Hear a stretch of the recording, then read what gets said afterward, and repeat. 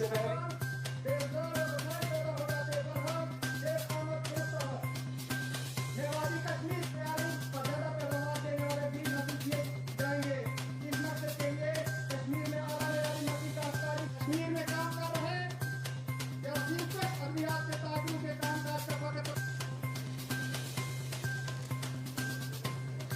Thank you sir. Mohammad Salim Khan, Ahmed Maradi, Faisal Ahmed Maradi, की चाबियां दी जा रही है।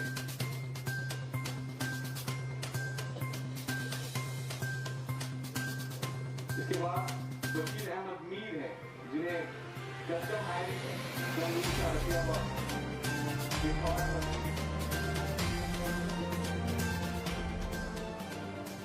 तहे दिल से अपने लेफ्टिनेंट गवर्नर साहब श्री मनोज सिन्हा साहब, अपने प्रिंसिपल कमिश्नर साहब, अपने कमिश्नर साहब, अपने डीसी साहब और हमारे डायरेक्टर साहब, डायरेक्टर एग्रीकल्चर, तहे दिल से वेलकम करती हूँ और शुक्रगुजार हूँ कि आज हम फार्मर्स के लिए एक अच्छी अपॉर्चुनिटी है जहाँ हम अपने गवर्नर साहब, अपने कमिश्नर साहब के सामने रख सकते हैं कि हमारे शाना व शाना एग्रीकल्चर चल के कितने प्रोग्रेस हम कर चुके हैं और कहाँ हमें जरूरत है।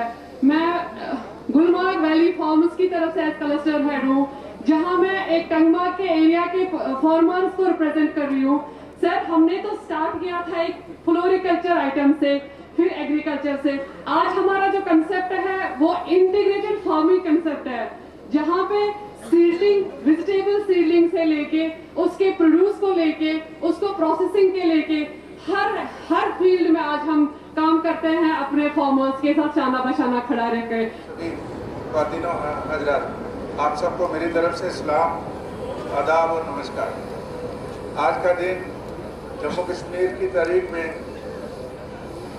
और एग्रीकल्चर सेक्टर के लिए और हॉर्टिकल्चर सेक्टर के लिए सोने के अल्फाज से लिखा जाएगा, क्योंकि आज जो हाई डेंसिटी प्लांटेशन का आगाज़ लेफ्टिनेंट गवर्नर साहब ने जो किया है, ये हमारे ग्रोअर्स की तकदीर को बदल देगा। आने वाले अल्लाह, जब भी मैं आता हूँ मुझे उतनी ही खुशी और सुकून होता है जब कोई अपने घर जाता है। यहाँ पर मैंने 2 साल जिंदगी के गुजारे हैं सर। 20 साल पहले मैं यहाँ 2 साल तक डिप्टी कमिश्नर था और तब से आज तक बारामूला में बहुत फर्क आया है। और एक फर्क ये आया है कि यहाँ के लोग बहुत ही प्रोग्रेसिव विचारधारा के और हर फील्ड में प्रोग्रेसिव चीजों को अपनाने वाले लोग। श्री संजीव कुमार चड्ढा जी, कश्मीर के डिविजनल कमिश्नर, श्री पांडुरंग कोले जी, नेफेड के डिप्टी एमडी साहब, डायरेक्टर हॉर्टिकल्चर, डायरेक्टर एग्रीकल्चर, कृषि विभाग के सभी अधिकारीगण, जम्मू कश्मीर संघ राज्य क्षेत्र के सभी प्रशासनिक अधिकारी, डीडीसी के सम्मानित सदस्य, बीडीसी के चेयरपर्सन, सरपंच, पंच, चुने हुए सभी जनप्रतिनिधि,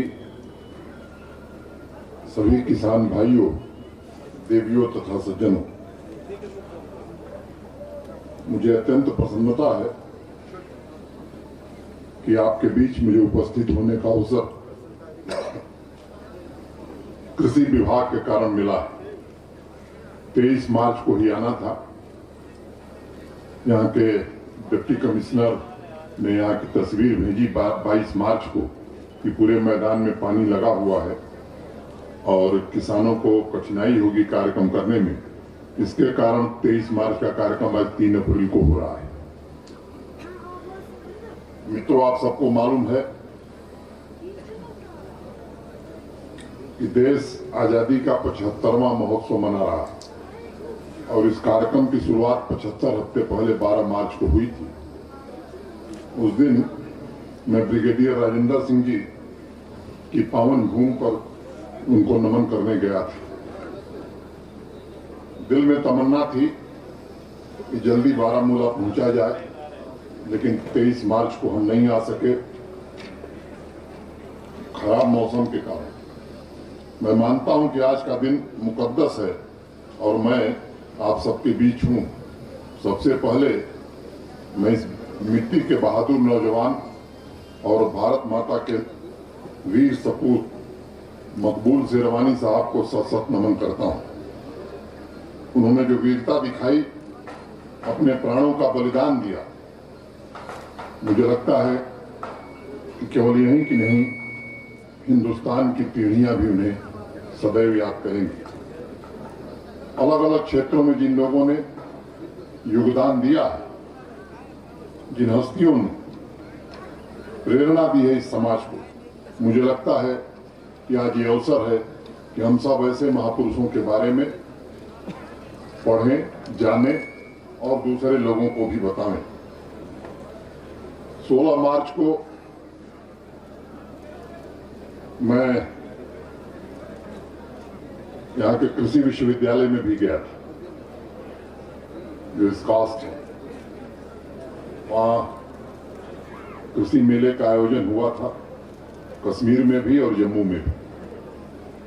जिस संख्या में वहाँ कश्मीर डिवीजन के किसान आए थे, मैं कह सकता हूँ किस तरह का उनका उत्साह था।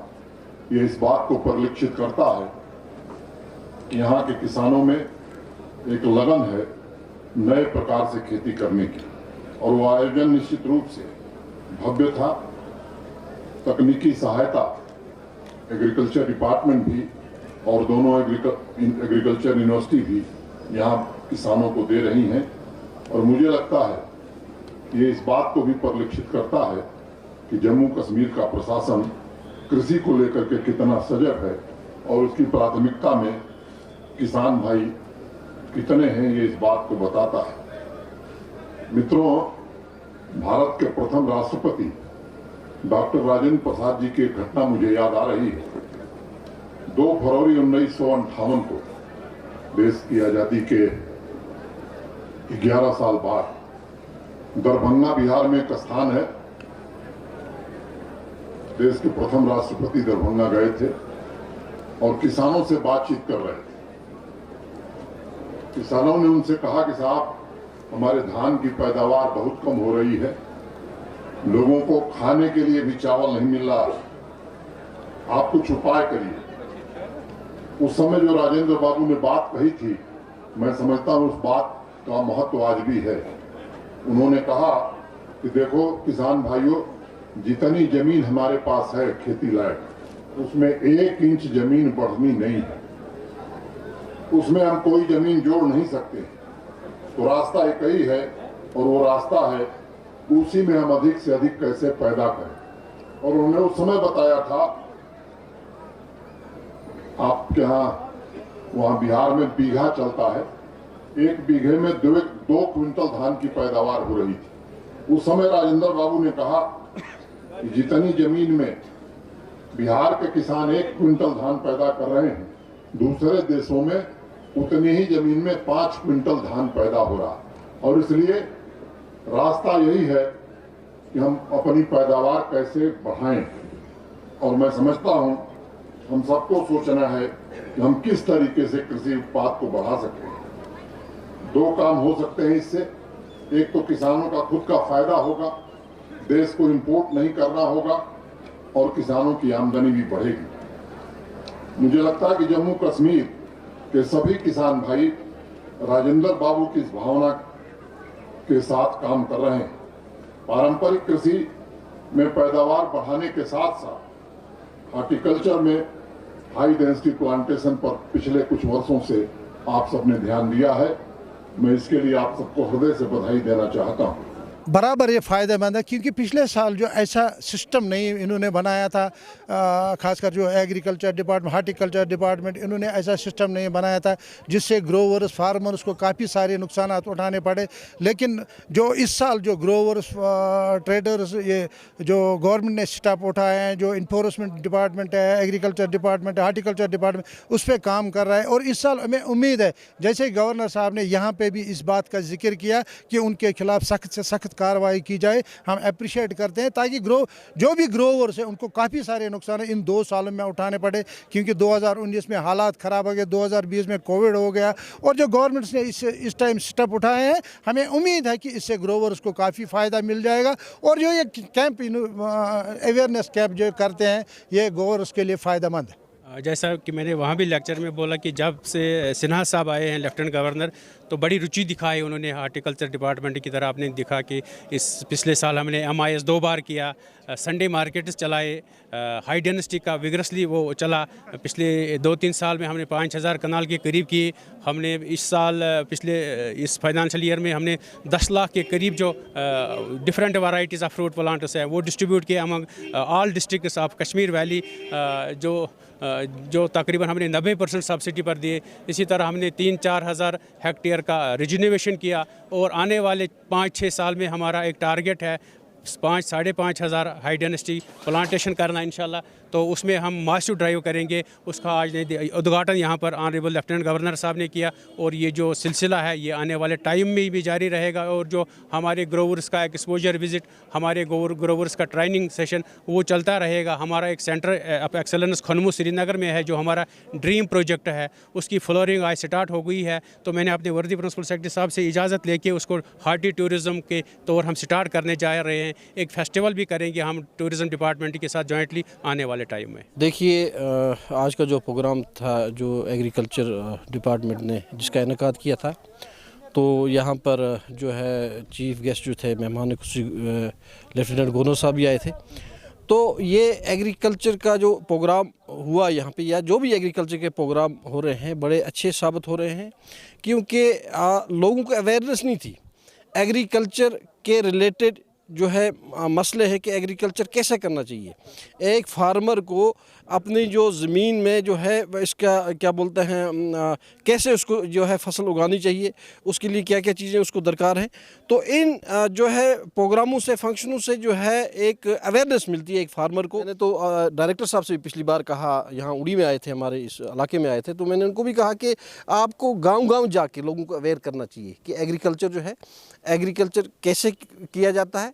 ये ज़मीन से हम बहुत कुछ जो है इससे उगा सकते हैं, बेनिफिट ले सकते हैं, लेकिन उसके लिए बदकिस्मती से हमारे पास रिसोर्सेज नहीं है। लेकिन अब जो गवर्नमेंट ने एक बजट, एक माकूल बजट जो है इसके लिए फार्मर्स के लिए रखा है, उससे यह है कि यहाँ की जो बढ़ती हुई बेरोज़गारी उसको एक मतलब वो ख़त्म होगी, और नौजवानों को जो है इसमें जो है अपना रोज़गार कमाने के बड़े मौके मिल रहे हैं अगर नौजवान इस पर थोड़ा सा स्ट्रेस दे। इस एग्रीकल्चर के प्रोग्राम आज नहीं मुनक्किद हुआ, कंटिन्यूस चल रहा है। ये आज एक बड़े स्केल पे हुआ जिसमें LG साहब ने पार्टिसिपेट किया, नाफेड के MD ने पार्टिसिपेट किया, उच्च अधिकारी आए थे, और इसका मकसद ये था कि तमाम स्कीमों की जानकारी लोगों तक पहुँचे और लोग इन स्कीमों का फ़ायदा उठाएं। जैसे आपने आंकड़े सुने, एक साल में काफ़ी कृषि और बागवानी, डेयरी, किसी भी सेक्टर में काफ़ी कामयाबी मिली है और लोगों के खुशहाली में इजाफा हुआ है।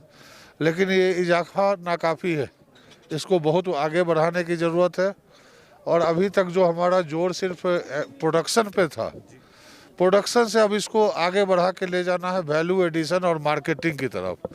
जब तक इसको वैल्यू एडिशन और मार्केटिंग नहीं करेंगे, तब तक हमें देश और विदेश के बाज़ारों में हमारा माल नहीं जा पाएगा, नहीं बिकेगा। तो इसको अच्छी मार्केटिंग और पैकेजिंग की ज़रूरत है, जिस पे हमने अभी तक ध्यान नहीं दिया था। और आपने जैसा कि सुना कि उसकी तरफ काफ़ी काम हो रहा है, कनेक्टिविटी की तरफ काफ़ी जोर दिया जा रहा है। और अगले साल तक हम उम्मीद करते हैं कि रेलवे भी थ्रू हो जाएगा, तो एक बहुत बड़ी सहूलियत ट्रांसपोर्टेशन की हो जाएगी। सरकार ने इस साल ट्रांसपोर्टेशन सब्सिडी भी शुरू किया है इन चीज़ों के लिए। तो इन सब चीज़ों की जानकारी लोगों को मिले और लोग इसका फ़ायदा उठा पाए। सर, अगर हम जम्मू कश्मीर की बात करें तो गैर मयारी अद्वियात का ज़्यादातर फरोग होता है यहाँ पर, तो इसको रोकने के लिए जम्मू कश्मीर की सरकार क्या कुछ देखिए, कौन करते हैं, कोई बाहर का बंदा आके करता है? मिलावट हमारे ही लोग करते हैं, ये करते हैं। मैंने कल भी परसों एक फंक्शन में था, मैंने इस बार सख्त चेतावनी दी है कि कोई भी मिलावटी दवाई या इंसेक्टिसाइड, पेस्टिसाइड का सैंपल हमारे हाथ लगा तो इस साल मैं पब्लिक सेफ्टी एक्ट में उसको बंद करूंगा। कम से कम 6 महीना उसको बेल लेते हुए लगे। तो ये मैं सिर्फ धमकी नहीं दे रहा हूँ, इस धमकी में पूरी तरह अमल होगा।